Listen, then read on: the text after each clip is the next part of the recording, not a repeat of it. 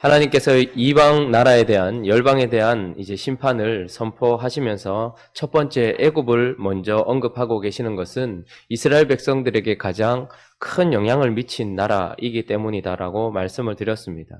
그런데 애굽에 대한 이야기는 우리가 어제 살펴보았던 12절까지는 하나님께서 애굽을 치시는 것을 보복의 날이다라고 말씀하시면서 하나님의 백성들의 거룩한 왕이었던 요시야를 죽인 사건, 그리고 그들의 백성들, 하나님의 백성들을 압제하고 또 억압했던 것에 대한 보복으로 하나님께서 애굽을 치셨다라고 말씀을 드렸습니다. 그것은 사실 역사적으로 605년 갈그미스라는 전쟁터에서 일어났던 일이었고, 그 갈그미스 전쟁터에서 요시야 왕은 죽었지만 그러나 하나님이 세우신 바벨론 왕이 바로의 느고를 처참하게 깨트리는 일, 그 일을 먼저 언급하시면서 하나님은 애굽이 하나님의 거룩한 왕을 제거했을 뿐만 아니라 또 애굽이 하나님의 백성들을 억압한 것에 대하여 보복하시는 것으로 그 일을 하셨다라고 말씀을 드렸습니다. 그러나 하나님은 오늘 애굽을 한번 보복하시는 것으로 끝내지 않고 13절부터 오늘 우리가 살피는 말씀에는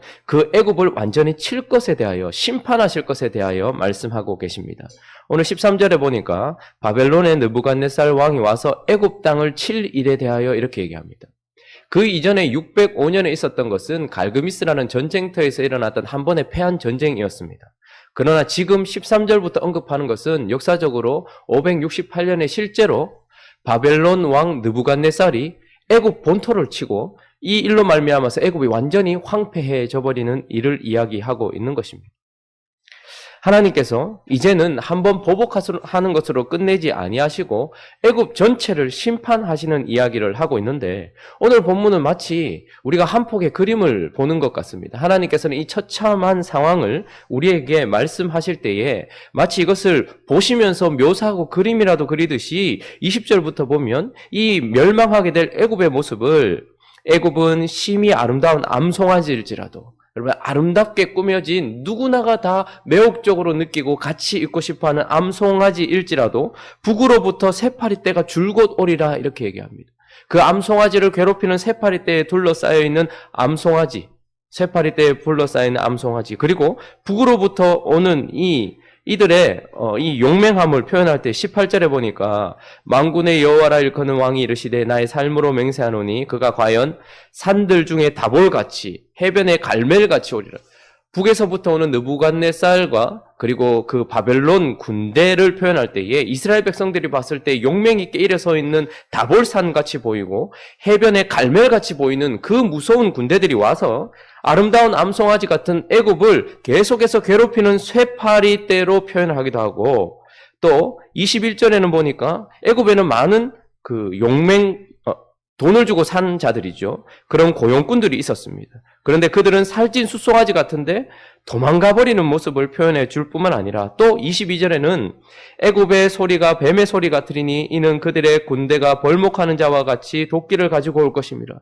또 하나의 모습은 아름다운 암송아지가 쇠파리떼에 고통을 당하는 모습일 뿐만 아니라 벌목하는 자들이 도끼를 들고 온 그 상황 속에서 무서워서 도망가는 뱀의 모습으로, 쉬쉬 소리를 내면서 도망가는 뱀의 모습으로 애굽을 표현하기도 하고, 또 23절은 그들이 황충보다 많아서 셀 수 없으므로, 바벨론 군대죠, 메뚜기 떼처럼 수없이 와서 조사할 수 없는 그의 수풀을 찍을 것이다.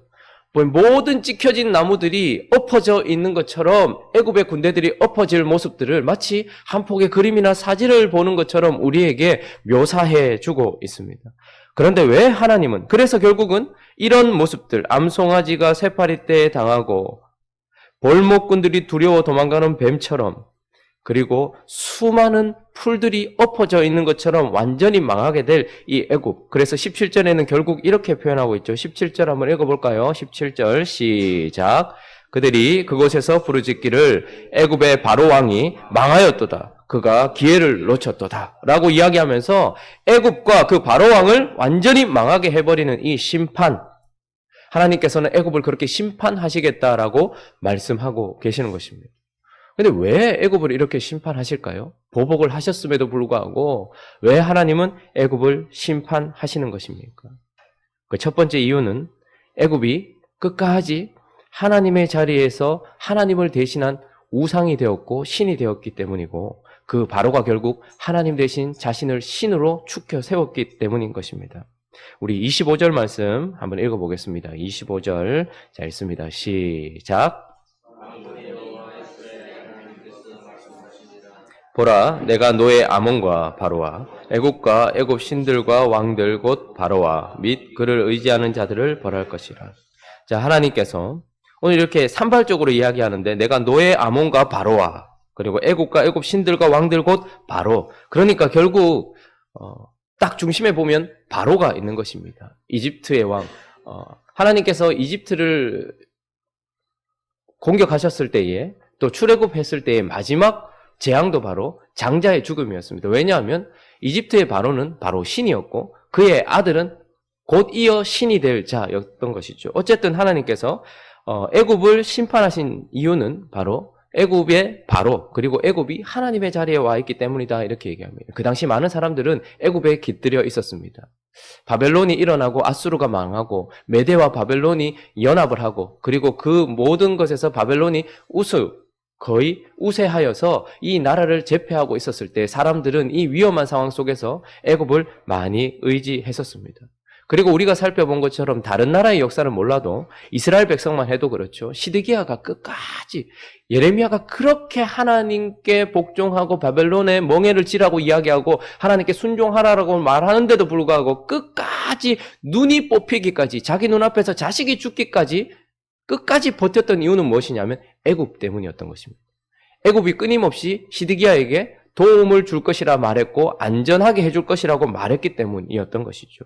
그래서 애굽은 그 당시에 풍요함이 있었던 나라일 뿐만 아니라 강성한 군대가 있었던 나라였습니다. 많은 용병들을 돈 주고 사왔기 때문에 이곳저곳에서 용맹하다 하는 많은 사람들이 있었던 곳이기 때문에 사람들은 바로를, 그리고 애굽을 신과 같이 여겼던 것이죠. 그래서 하나님께서는 결국은 애굽을 하나님의 자리에 서 있는 바로를 심판하신다라고 이야기를 하고 있습니다. 그러나 실제적인 이유는 사실 두 번째입니다. 왜 하나님께서 애굽을 치셨는가? 그것은 바로 애굽을 의지하는 사람들에게 내리는 벌이기도 하기 때문인 것입니다. 자, 우리가 읽었던 25절에 보니까 다시 한번 잘 읽어볼까요? 자, 읽습니다. 시작. 만군의 여호와 이스라엘의 하나님께서 말씀하시니라. 보라, 내가 너의 아몬과 바로와 애굽과 애굽 신들과 왕들 곧 바로와 및 그를 의지하는 자들을 벌할 것이라. 자, 너의 아몬과 바로와 애굽과 애굽 신들과 왕들 곧 바로와 및 그를 의지하는 자들을 벌할 것이다. 하나님께서는 애굽을 칠 것이다. 그리고 특별히 바로를 칠 것이다 이야기합니다. 애굽의 바로가 하나님 자리에 앉아 있는 것도 큰 문제입니다. 그러나 더 큰 문제는 무엇입니까? 그 하나님 자리에 앉아서 하나님 노릇하고 있는 애굽과 바로를 의지하는 사람들, 그들이 사실은 더 큰 문제인 것입니다. 여기서 그를 의지하는이라는 이 단어에는 안정감을 느끼고 행복함을 누리는 이라는 의미를 가지고 있습니다. 그러니까 지금 애굽에 들어가서 뭘 하고 있는 거예요? 안전하다 스스로 느끼고 있는 거예요. 그리고 많은 사람들이 행복감을 느끼고 있는 것입니다. 애굽과 연결되어 있음으로 말미암아서 평안이라고 생각을 하고 있는 것이죠. 그래서 14절에 보면요, 하나님이 애굽의 심판을 선포하시면서 특별히 믹돌과 놉과 다바네스를 언급하세요. 애굽에 많은 도시들이 있는데 왜 하필 하나님은 믹돌과 놉과 다바네스를 언급하셨을까요? 우리가 앞에서 살펴봐서 아는 것처럼 이곳은 어디입니까? 멸망한 유다, 남은 백성들이 결국 정착한 곳이기도 한 것입니다. 그러니까 애굽은 하나님께서 시드기야와 유다 백성들에게 망하기 전에 끊임없이 그를 의지하면 안 된다라고 말했음에도 불구하고 그들 마음속에 하나님이었던 것이고, 그들이 망하고 난 이후에도 끊임없이 그들은 그다랴를 제거하고 또 어디로 가는 겁니까? 이집트로 들어가서 특별히 믹돌과 놉과 다바네스에 들어가서 거기 정착하면서 자신들이 말하는 여호와, 그러나 하나님은 기록할 때 하늘의 여왕이라고 말하는 거짓 신을 섬기면서 자기에게 안정감을 주고 자기에게 평안을 주고 행복감을 주는 신이었던 것이죠. 그래서 하나님은 신이 아닌 애굽을 치실 뿐만 아니라 그것을 의지하고 있는 그들의 마음에 지금 심판을 하고 계시는 것입니다. 그것은 신이 아니다라는 것을 이야기하고 그들에게 심판이 내려지고 있는 것입니다. 무엇에 행복감을 느끼고 계시고 또 무엇에 안정감을 느끼고 계십니까? 여러분, 2008년 9월에 미국에서 신이 죽었다고 아우성이 일어났습니다. 혹시 기억하십니까? 2008년 한번 생각해 보십시오. 2008년 9월에 대서특필 끊임없이 나왔던 이야기, 미국에서는 신이 죽었다라고 이야기를 했었습니다. 많은 사람들이 절망하고 엎드려서 마치 오늘 이 본문에 나오는 것처럼 엎드려지고 두려움에 휩싸이고 사람들이 절망하고 울고 했던 때가 있었습니다. 왜 그랬을까요? 미국에 금융위기가 왔을 때였습니다. 사람들은 평소에는 그것을 돈이라고 불렀을 것입니다. 그런데 그 금융위기가 오고 나서 사람들은 그때에 신이라는 것을 깨닫게 됩니다. 왜냐하면 금융위기 자체가 그들의 인생을 흔들어 버렸고 넘어뜨려 버렸기 때문에 그런 것입니다. 여러분, 우리나라는 OECD 가입 국가 중에 자살률이 10년 연속 1위를 지키고 있는 나라입니다. 그러니까 우리나라는 꾸준하게 스스로가 자기의 목숨을 끊는 것이 아주 높은 평균을 유지하고 있는 나라예요. 그런데 이 높은 수준을 유지하다가 어느 순간 수직 상승한 해가 있었습니다. 그러니까 2배 이상 자살률이 높아진 때가 있었습니다. 그게 언제냐면 1998년이었습니다. 여러분, 우리가 지나온 시간들을 이렇게 보면, 가만히 보면 하나님께서 그 시대에 우리에게 하고 계신 말씀이 있었어요. 사인들이 있었어요. 여러분, 98년도에 왜 갑자기 안 그래도 높았던 자살률이 2배 이상으로 급상승했을까요? 97년도에 뭐가 있었습니까? IMF가 터졌거든요. 근데 견디다 이제 1년쯤 지나고 나서 사람들이 그때부터 도산하는 것이 아니라 인생을 끝내는 거예요. 여러분, 그냥 부도가 난 것이 아니라 자기 인생을 끝내는 거예요. 그들의 신이 죽었기 때문인 것이죠. 그리고 또 자살률이 급상승한 때가 있었습니다. 2003년이었습니다. 여러분, 가만히 생각해 보십시오. 2003년. 왜 2003년도에 자살률이 올라갔을까요? 2002년도에 우리나라에 카드 위기가 왔었거든요. 월드컵이다 정신없이 우리의 정신을 빼놨지만 사실 그때에 많은 사람들이 2002년에 온 카드 위기 때문에 2003년도에 견디지 못하고 자기 스스로 목숨을 끊었습니다. 그리고 자살률이 올라갔던 때가 바로 2009년입니다. 우리나라에서. 2009년은 왜일까요? 아까 방금 제가 언급했던 것처럼 미국에 찾아온 2008년도에 찾아온 금융위기의 여파가 우리나라로 몰려왔던 때였습니다. 여러분, 사람들은 돈이다 이렇게 말하면 그냥 그것이 신인지 모르고 지나가요. 근데 하나님이 그때 뭐라고 얘기합니까? 우리에게는 만몬이다 이렇게 이야기해주면 아, 신인가? 이렇게 생각합니다. 그런데 그때도 이것이 신이라는 것도 모르고 자기가 의지하고 있다는 것도 몰라요. 그런데 하나님이 그것을 치시는 순간 이제 무엇을 깨닫게 되는 것입니까? 이것과 내가 하나였구나. 내가 여기에 의지하고 있었구나. 이것이 내 인생의 전부였구나. 기반이었구나. 주나의 반석이 아니라 나는 이 반석 위에 내가 서 있었구나. 모래 같은 그 반석 위에 서 있었는데 그것을 하나님께서 엎어버리시니까, 흔들어버리시니까 이것만 흔들리는 것이 아니라 내 인생 전체가 무너져 버리는 것을 발견하게 되는 것입니다. 하나님께서 왜 이집트를 치실까요? 여러분, 우리 하나님은 우리에게 너희 생명을 노량물 주듯 하리라고 약속하셨습니다. 하나님은 우리에게 성공을 보장하신 적도 없고 우리 인생에 어떤 풍성함을 보장하신 적도 없어요. 그러나 한 가지, 우리가 예수 그리스도라는 반석 위에 서 있으면 너의 생명을 노량물 얻듯 하리라. 어디 가나 너는 지옥에 있더라도 너는 아무것도 상할 것이 없을 것이다. 하나님은 우리에게 구원을 주셨기 때문에 오늘 죽어도 우리는 천국 가는 겁니다. 여기서 우리가 모든 것 다 잃어버려도 우리는 하나도 잃어버린 게 아니에요. 예수 그리스도의 생명을 가지고 있거든요. 이 짧은 인생 사는데 필요한 것으로 주신 것이고 사용하라고 주신 것이지 그것을 사랑하고 그것에 마음을 주고 그것에 기반을 두라고 주신 것이 아닌 것들을 하나님께서 치시면 사실 우리 인생에는 아무 문제가 없습니다. 순교를 했던 많은 믿음의 사람들은 자신의 인생에 가족이 죽는 아픔 혹은 자기가 가지고 있었던 명예가 깨어지는 아픔, 그 모든 것들, 자기의 물질이 완전히 다 날아가는 도산되는 그런 상황 속에서도 흔들리지 않았습니다. 왜요? 그것은 그저 하나님께서 사용하라고 주신 것이었고 이 땅을 살 때 필요하기 때문에 우리에게 주신 것입니다. 그런데 어느 순간 우리도 모르는 사이에 그것이 나의 이집트가 되고 나의 바로가 되는 순간 그것을 깨트리는 하나님의 손길 속에서 우리는 신이 죽었다라는 아우성을 치면서 나도 함께 내 인생을 폭망시키는 것을 우리는 보게 되는 것입니다. 하나님이 왜 애굽을 심판하셔야만 했을까요?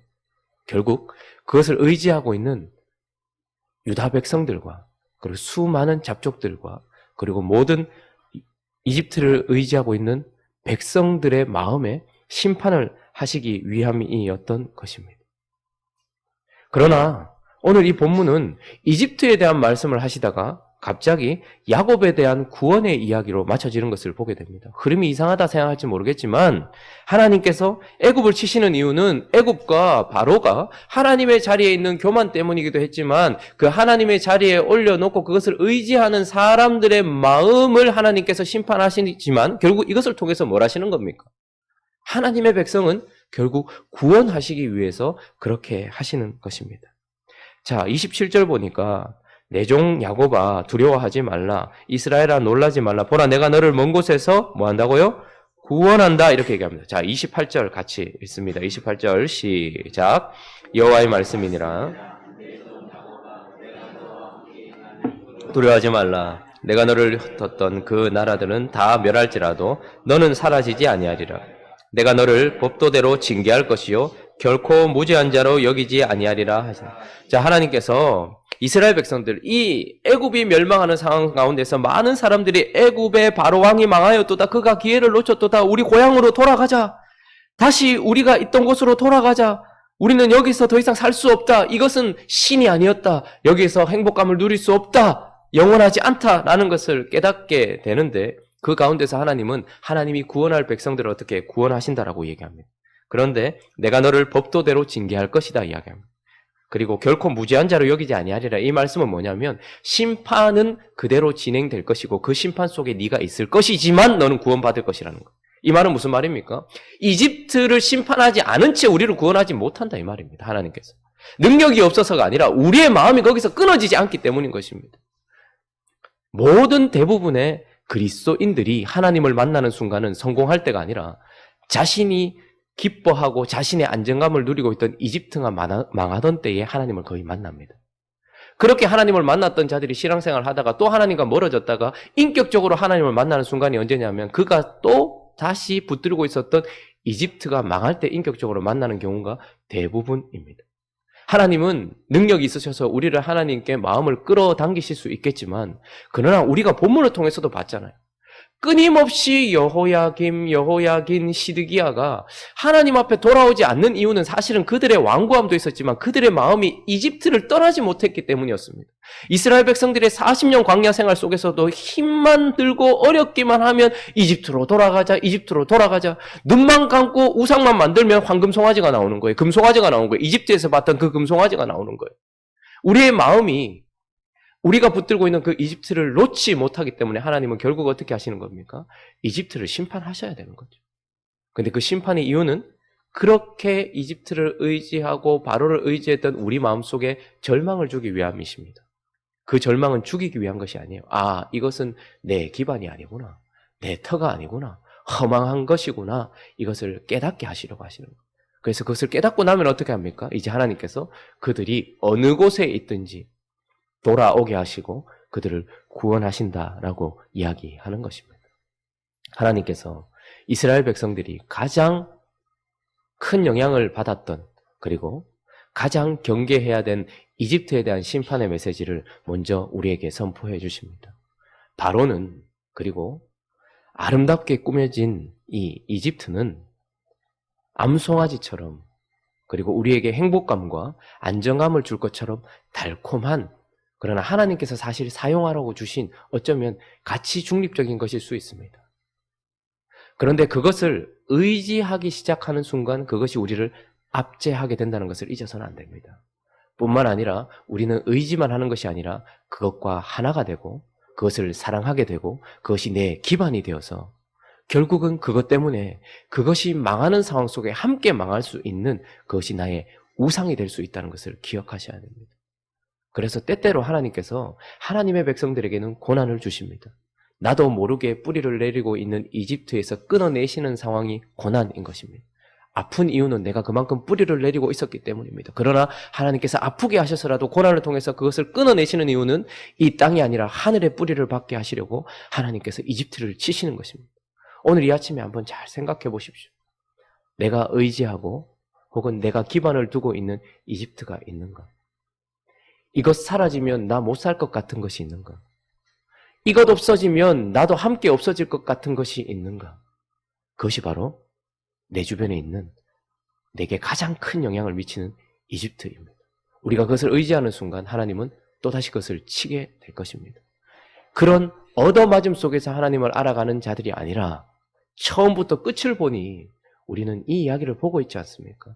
하나님께서 생뚱맞게 갑자기 어느 순간 툭 튀어나와서 이집트에 대한 심판을 이야기하시는 것이 아닙니다. 하나님의 메시지는 그들이 살고 있는 상황 속에서 필요한 말씀이었어요. 그들이 끊임없이 이집트에 의지하려고 했던 그 상황이, 그리고 끊임없이 바로가 너희들을 안전하게 해주겠다고 선포하던 그 상황 속에서 이집트를 의지하지 말라라고 말씀하시며 이집트에 대한 메시지를 이집트에 주시는 것이 아니라 이집트를 의지하려고 하는 하나님의 백성들에게 주시는 것입니다.